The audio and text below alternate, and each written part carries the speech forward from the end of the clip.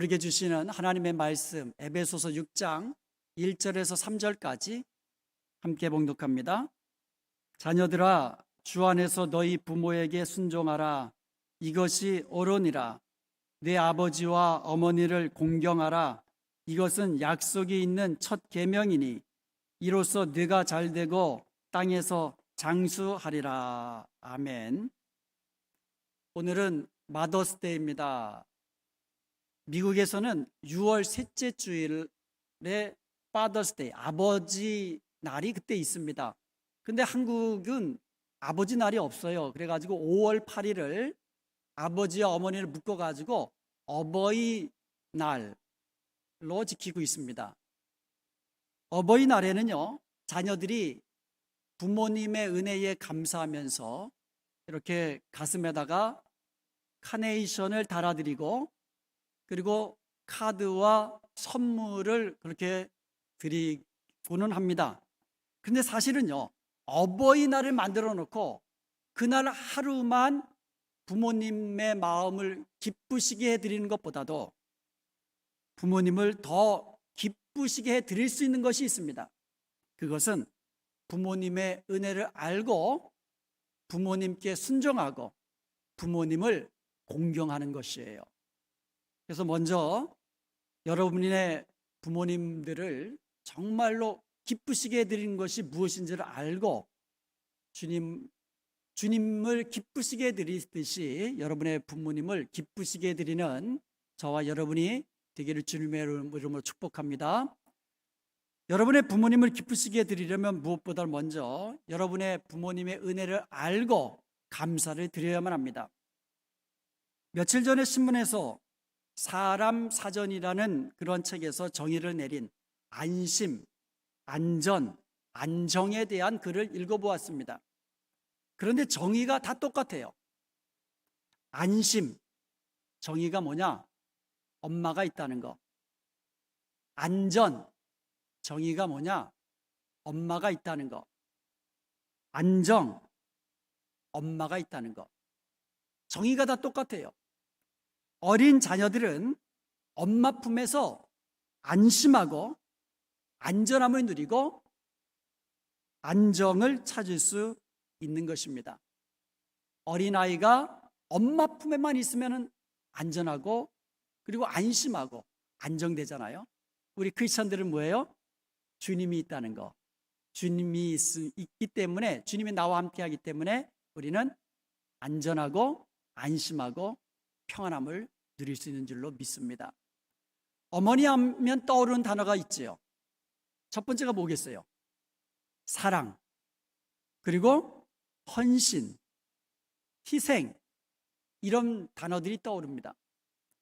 고3인 어느 여학생의 이야기입니다. 고3이면 이제 미국에서는 시니어죠. 네 도시락 못 사서 어쩌냐? 당신 별 걱정도 다 하네. 고 수술인 게 당신 맘이나 단단히 먹어. 그래도 야가 고3인데 내가 얼른 일어나 얘 도시락 싸줘야 하는데. 병원에 입원하여서 수술을 앞두고 계시는 어머님은 자신의 몸은 돌볼 생각도 안 하시고 병원 침대에 누우셔서 딸 걱정만 하고 있는 거예요. 문제는 딸을 낳기 위해서 제왕절개 수술을 했는데 그 부분을 다시 수술해야 됩니다. 다시 열어야 되고요. 그리고 간이 나빠가지고 일반 마취로는 안 되고 특수 마취를 해야만 하는 상황이었습니다. 못 깨어날 수 있으니 죽어도 책임 없다는 도장도 찍었습니다. 드디어 수술받는 날이 되었습니다. 딸은 학교 가면서 엄마의 손을 꽉 잡았습니다. 기도할게요, 엄마. 힘내. 그래야 내가 얼른 일어나서 네 도시락 싸줄게. 조금만 참아. 엄마는 아프지나 말아요. 그 와중에도 딸 자식 도시락 싸줄 걱정만 하는 엄마였습니다. 수술을 다 마쳤습니다. 그런데 마취가 풀리지가 않는 거예요. 깨어나지를 않는 겁니다. 시간이 많이 지났는데도 마취가 풀리지 않자 온 가족이 다 걱정하고 있었습니다. 그때 갑자기 아빠가 무슨 생각 났는지 엄마 곁으로 가가지고는 엄마 귀에다가 뭐라고 한마디 하셨습니다. 그러자 엄마가 깨어난 거예요. 엄마, 나는 엄마를 껴안고 울고 말았습니다. 엄마가 일반 병실로 옮기고 나서 나는 궁금증이 발동했습니다. 대체 아빠가 무슨 말씀을 하신 것일까? 사랑한다고 하셨을까? 당신 없이는 못 산다고 하셨을까? 궁금해진 나는 기어코 아빠에게 물었습니다. 아빠, 그때 엄마 귀에 대고 뭐라고 말씀하셨어요? 그때 버뜩 생각이 떠오르잖아. 귀에다 대고 임자, 얼른 일어나. 딸 도시락 싸줘야지. 이렇게 병석에 누워서도 자나깨나 자녀들만 생각하시고 자녀들을 위해 헌신하셨던 분이 우리의 어머니들이십니다. 1988년 아르메니아 대지진 때에, 그러니까 진도 7 아주 큰 대지진이 그때 일어났거든요. 그때 죽은 사람들이 무려 2만 5천에서 5만 명 가량 되고요. 다친 사람들이 10만 명 가량 되는 아주 가장 어떻게 보면 이 참혹한 대참사가 일어났습니다. 지진으로 건물이 무너져 내려 26살의 스잔나 페트로시안이라는 사람과 그의 4살 난 딸 가야니가 건물 벽 속에 갇혀 있었습니다. 모녀를 기다리는 것은 오직 죽음의 공포뿐이었습니다. 아이는 갈증과 굶주림으로 울부짖었습니다. 그때 스잔나는 유리 조각으로 자신의 손가락을 찔러서 그 손가락에서 나오는 피를 자기 딸에게 먹인 겁니다. 어머니는 딸이 보채 때마다 자기 손가락을 차례차례 찔러가면서 아기의 입에다가 물려준 겁니다. 이들 모녀는 매몰된 지 14일 만에 극적으로 구출되었는데 어머님의 10개의 손가락은 모두 피범벅이 되었던 것입니다. 우리의 어머니는 바로 이런 분들입니다. 자신의 모든 것을 희생하며 자녀에게 헌신하신 분들입니다. 어머니의 사랑은 물이나 산소 같아서 우리가 그것의 고마움을 망각할 때가 많습니다. 산소와 물, 늘 우리가 먹고 우리가 숨 쉬는 것이지만 우리가 평상시에는 잊고 살잖아요. 자녀가 어머니의 사랑을 깨달을 때쯤 되면 그분은 이미 우리 곁에 없는 것입니다. 여러분의 부모님이 살아계실 때에 부모님의 은혜를 알고 감사하십시오. 효도는 부모님이 살아계실 때 하는 것입니다. 둘째로 부모님을 기쁘시게 해드리기 위해서는 부모님께 순종해야만 합니다. 1절 말씀 보겠습니다. 자녀들아 주 안에서 너희 부모에게 순종하라. 이것이 옳으니라. 여기서 옳다라는 말의 헬라어가 디카이오스입니다. Right, righteous, 옳은, 의로운이란 뜻이에요. 부모님의 말씀이 하나님의 말씀을 거역하게 하고 또 우리로 하여금 죄를 범하게 만드는 그런 말씀만 아니라면 부모님에게 순종하는 것이 옳은 일이고 의로운 일이라고 말씀하고 있습니다. 보통 어린 자녀들을 둔 부모님들은 하시는 말씀들이 다 똑같아요. 동생하고 싸우지 말아라. 서로 쉐어해라.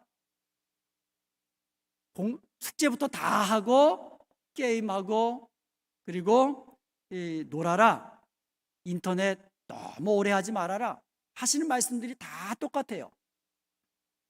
자녀된 여러분, 주 안에서 부모님께 순종하는 것이 옳은 일이고 그리고 의로운 일입니다. 그것이 부모님을 기쁘시게 드리는 일이고 무엇보다도 우리 주님을 기쁘시게 드리는 일인 것을 믿으시기를 주님의 이름으로 축복합니다. 셋째로, 부모님을 기쁘시게 드리기 위해서는 부모님을 공경해야만 합니다. 여기서 공경하다라는 말은 존경하다, 영광되게 하다라는 뜻이에요. 부모님이 나이 들어간다고 무시하는 것이 아니라 더 그럴수록 존중하고 그리고 귀하게 여기고 영광되게 하는 것, 이것이 공경하다라는 뜻입니다. 잠언서 3장 9절에 보면 네 재물과 네 소산물의 처음 익은 열매로 여호와를 공경하라 말씀하고 있습니다. 여기서 공경하다라는 말을 우리 하나님께 적용하고 있어요. 하나님을 공경하듯이 부모님을 공경하라는 것입니다. 그리고 눈에 보이는 육신의 부모님을 공경하는 것이 눈에 보이지 않는 우리 하나님을 공경하는 것이라는 뜻이에요. 어느 성도님이 헌금을 드렸는데 그 헌금 내역을 보니까 이렇게 되어 있습니다. 첫 소산을 하나님께 드립니다. 그 성도님이 가게를 오픈하고 나서 첫 수입을 하나님께 드린 것입니다. 이 성도님은 말로만 하나님을 공경한 것이 아니라 말씀대로 재물과 그리고 소산물의 처음 익은 열매로 하나님을 공경한 것입니다. 우리의 부모님들께도 이렇게 공경하라는 말씀이죠. 여러분들의 부모님이 늙고 연약해지면 정기적으로 용돈을 드리시기 바랍니다. 그러면 부모님들은 그것 대부분을 어디다 씁니까? 손자, 손녀들 용돈 주고 과자 사주고 선물 사주고 이런 일에 쓰는 거예요. 아이들은 그 맛에 할머니, 할아버지 집에 놀러 가는 것을 좋아합니다. 여러분들이 부모님들과 함께 살고 있지 않다면 정기적으로 자주 전화를 드리시기 바랍니다. 부모님들은 여러분의 그 목소리 듣는 것, 그것을 기뻐하세요. 사랑하는 여러분, 10계명은 크게 둘로 나뉘어져 있습니다. 1계명부터 4계명까지는 하나님에 관한 계명이고 5계명부터 10계명까지는 사람과의 관계 속에서 주어진 계명입니다. 그런데 사람과 인간과의 관계 속에서 주어진 계명들 중에 첫 번째가 내 부모를 공경하라는 것입니다. 부모님께 순종하고 부모님을 존중하고 존경하고 영광되게 하는 것, 이것은 인간 사이에 지켜야 할 계명 중에서 가장 으뜸되는 계명이고 그 계명은 옳고 의로운 계명이고 의로운 일을 하도록 하는 계명이고 그리고 거기에다가 축복의 약속의 말씀이 따르는 계명인 것입니다. 3절 말씀을 보겠습니다. 네가 땅에서 잘되고 장수하리라. 내 부모를 공경하라는 이 5번째 계명은 그래서 약속이 있는 계명이다. 약속이 있는 첫 번째 계명이다. 이렇게 말씀하고 있는 겁니다. 우리가 부모님께 우리가 공경하고 존중하고 순종할 때에 땅에서 잘되고 그리고 장수하리라는 그와 같은 축복의 약속이 따르는 것입니다. 부모님이 살아계실 때에 부모님의 은혜에 감사하고 부모님께 순종하고 부모님을 공경하는 자녀들이 되시기를 주님의 이름으로 축복합니다. 모든 부모님들의 바람이 있다면 자녀들이 이 땅에서 잘 되는 것일 것입니다. 그것은 저와 제 아내도 마찬가지입니다. 자기 자녀들이 이 땅에서 잘 되고 장수하고 건강하고, 이거 모든 부모님들의 바람이에요. 기도 제목입니다. 저와 제 아내는요, 우리 아이들이 어릴 때부터 몸에 밴 습관처럼 가르치고 또 가르친 것들이 있습니다. 두 가지입니다. 첫 번째는 주일 성수예요. 하나님은 성령과 진리로 예배하는 자를 기뻐하시고 그런 예배자를 찾으십니다. 주일에 예배를 드리는 자녀들 치고 잘못된 길로 빠져드는 자녀가 없어요. 그리고 여호와 하나님을 경외하면서 주일 성수 잘하는 자녀들 치고 육신의 부모에게 효도하지 않는 부모가 없어요. 눈에 보이지 않는 우리 하나님을 공경하고 예배하는 자녀들은 눈에 보이는 육신의 부모님을 공경하게 되어 있습니다. 부모님을 공경하는 자에게 약속된 축복을 받는 자녀가 되는 길입니다.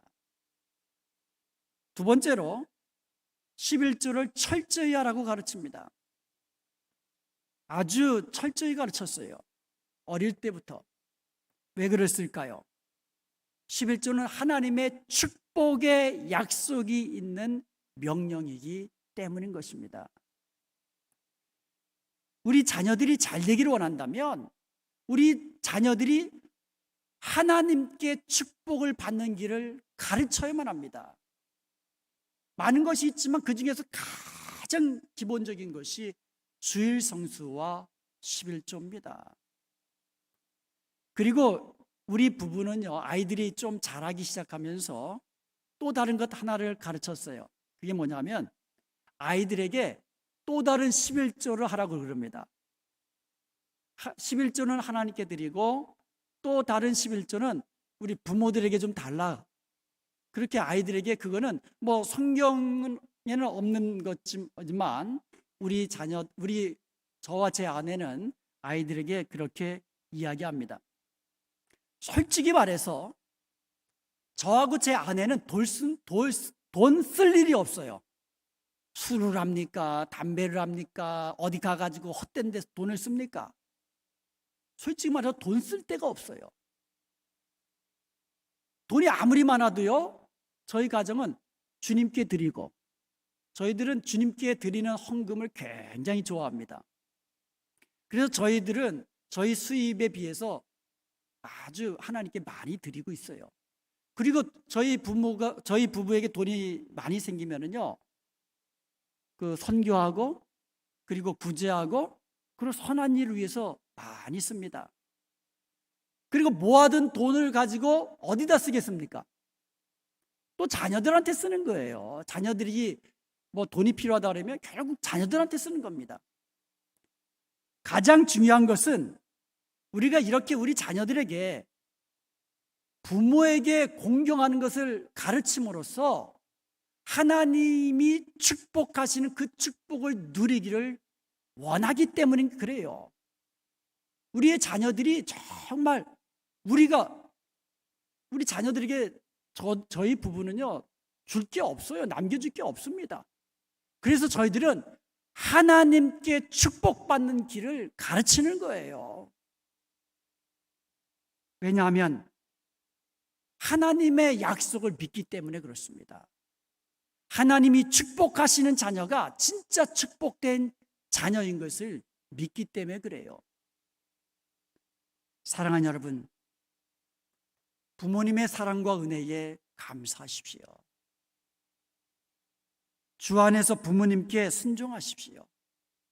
아버지와 어머님을 공경하십시오. 그리하여서 이 땅에서 잘되고 장수하는 축복을 누릴 뿐만 아니라 대를 이어서 축복받는 믿음의 가문을 일으키는 저와 여러분 되시기를 주님의 이름으로 축원드립니다.